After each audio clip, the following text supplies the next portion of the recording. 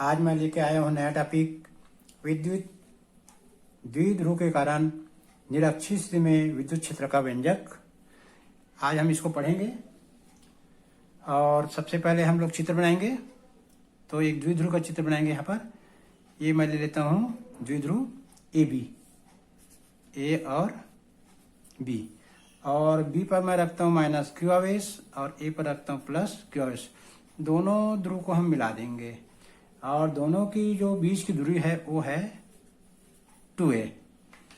अब हम लोग निरक्षीय स्थिति में विद्युत क्षेत्र निकालेंगे। तो ए बी के बीच का बिंदु ले लेते हैं O, और इसकी निरक्षीय स्थिति का मतलब होता है इसके लंबवत ऊपर दिशा में कोई बिंदु ले लेंगे P। अब बिंदु P पर हमको विद्युत क्षेत्र ज्ञात करना है। तो सबसे पहले A को P से जोड़ेंगे,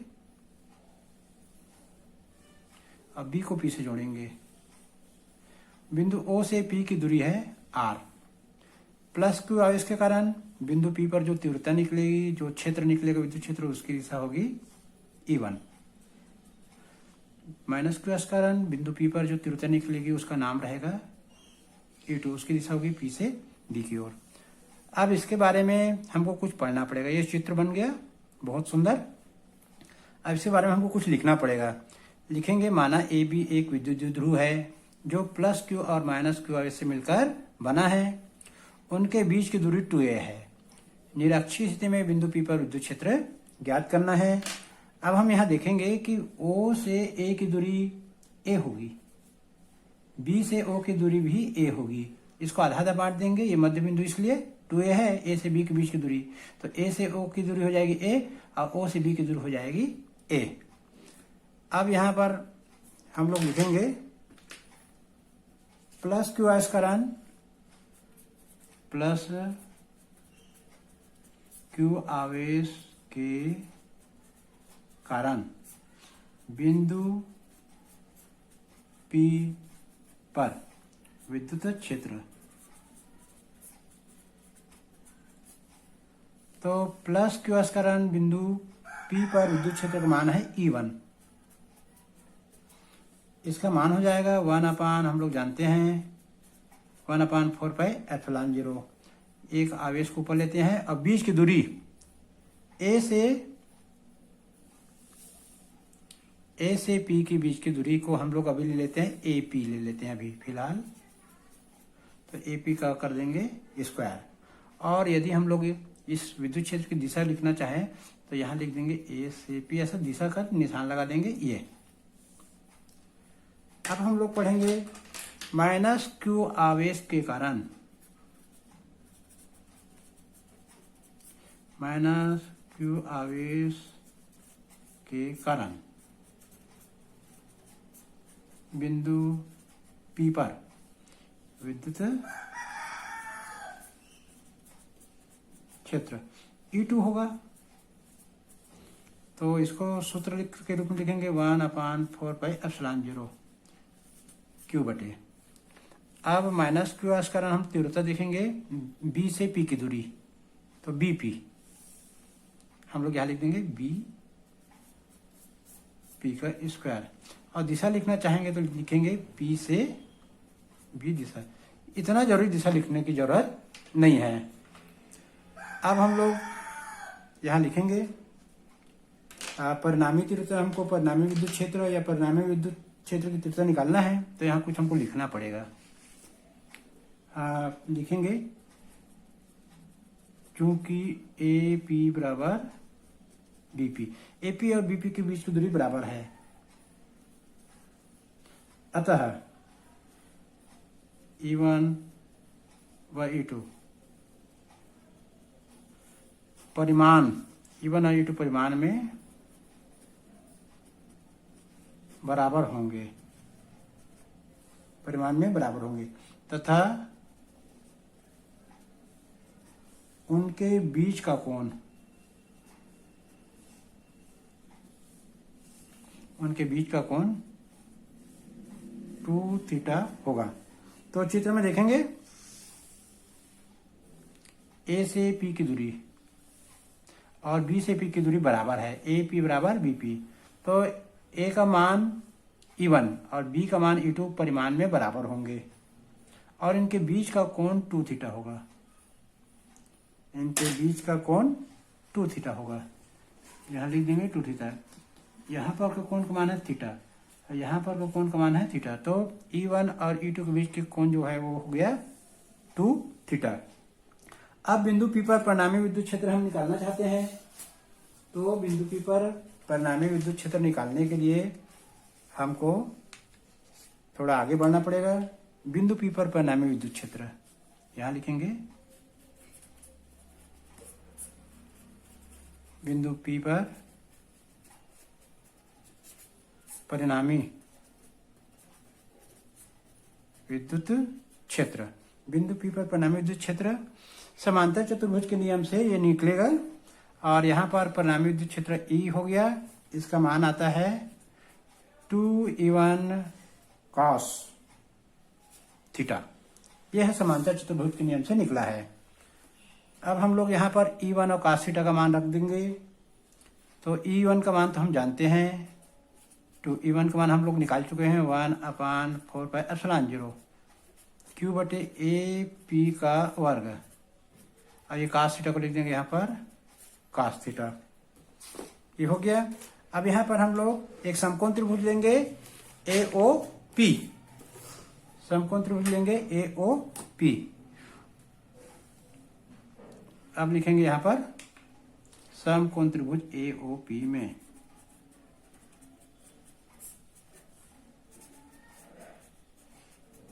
समकोण त्रिभुज AOP। तो हमको यहाँ से समकोण त्रिभुज को बनाना पड़ेगा। फिर से यहाँ पर बना देते हैं।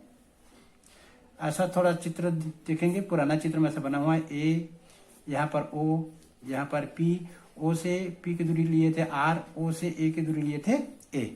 तो समकोण त्रिभुज AOP में हम लोग cos थीटा का मान निकालेंगे और AP का मान निकालेंगे। तो सबसे पहले हम लोग AP का मान निकालेंगे। तो AP जो है यहाँ पर कर्ण है, ये लंब है, ये आधार है।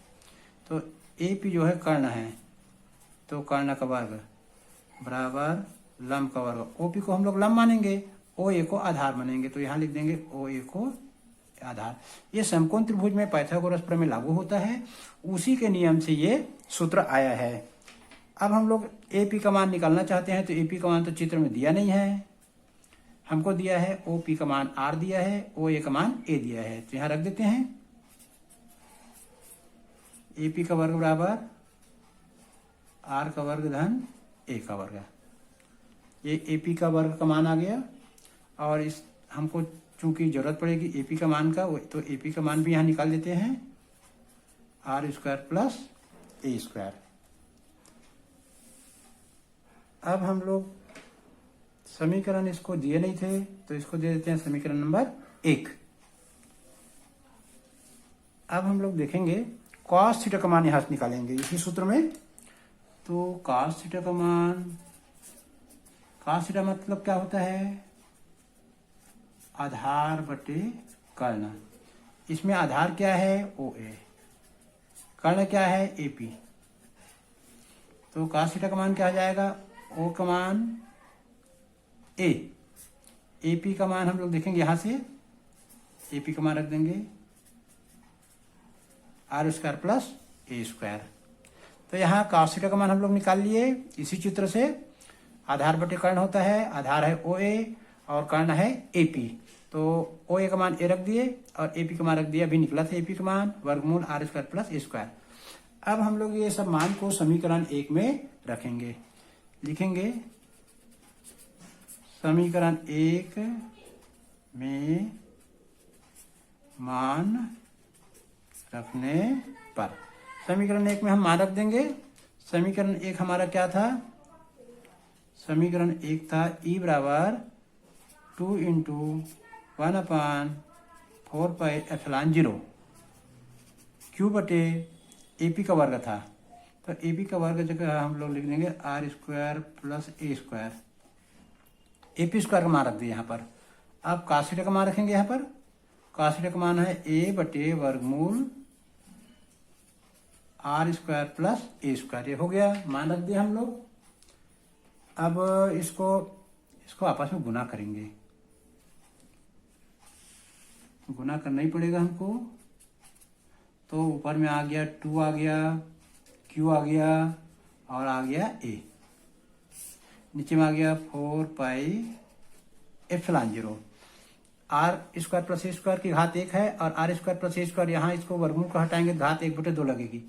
तो सब मिलाकर के यहाँ यदि हम जोड़ेंगे तो इसकी घात जो बनेगी वो बनेगी 3/2 बनेगी। ये जो है यहाँ तक आ गया। अब थोड़ा और इसको आगे बढ़ाना पड़ेगा क्योंकि अभी पूर्णतः ई का मान नहीं निकला है। तो यहाँ पर हम लोग देखते हैं द्विध्रुव आघूर्ण।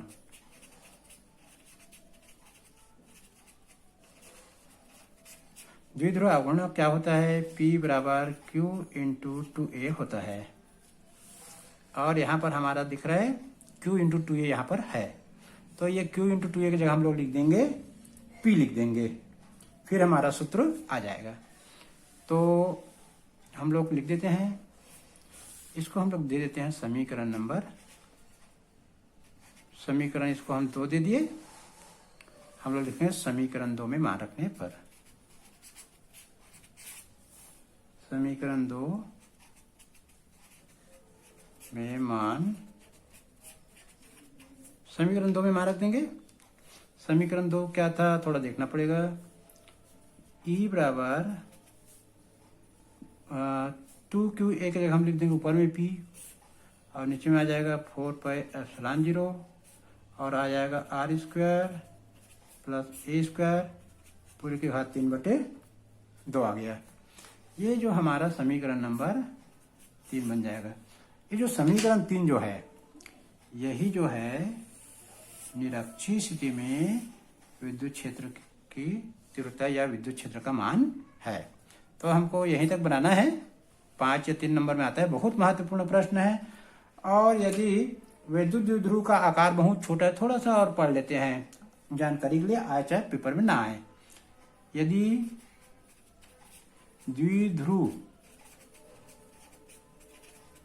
का आकार छोटा है, A से B के बीच की दूरी छोटा है, तो हम लोग यहाँ लिखेंगे A less than R। A का मान जो है R की तुलना में बहुत छोटा है। तो समीकरण 3 में हम लोग A को हटा देंगे। A को हटाएंगे तो क्या बचेगा? P/4 पाई एप्सिलॉन 0 और यहाँ से हमको A को हटा देंगे तो R स्क्वायर 3/2 बचेगा। R स्क्वायर 3/2 बचेगा। अब यहाँ पर ये 2 और ये 2 कटेगा। तो यदि द्विध्रुव का आकार बहुत छोटा है तो तीव्रता कितना, विद्युत क्षेत्र कितना निकलेगा? 4 पाई एप्सिलॉन 0 R की घात 3। ये हो गया समीकरण नंबर 4। वैसे समीकरण 3 तक ही हमको बनाना है, लेकिन विशेष परिस्थिति में यदि आ गया कि द्विध्रुव का आकार छोटा है तब भी विद्युत क्षेत्र निकालिए तो हम लोग ये सूत्र निकाल सकते हैं। तो प्यारे बच्चों, आज का जो निरक्षीय स्थिति का टॉपिक पूरा हो गया और कल हम फिर से एक नया टॉपिक लेके पढ़ेंगे। आपको कैसा लगे कमेंट बॉक्स में जरूर लिखिए। व्यू, मेरे चैनल में व्यू तो बहुत आ रहे हैं लेकिन कमेंट्स नहीं आ रहे हैं कि मेरा पढ़ाई कैसा है, बच्चों को पढ़ाई कैसा लगता है। मैं भी जानना चाहता हूँ कि पढ़ाने का जो ढंग है वो और क्या सुधार कर सकता हूँ। और आपको मेरा वीडियो पसंद आया तो चैनल को सब्सक्राइब जरूर करना। उससे क्या होगा कि आपको मेरा जो वीडियो है वो आपके नोटिफिकेशन में लाल बिंदी के रूप में आ जाएगा यूट्यूब में और आप मेरा कोई भी वीडियो देख सकते हो। धन्यवाद। कल फिर से हम नया टॉपिक पढ़ेंगे आगे।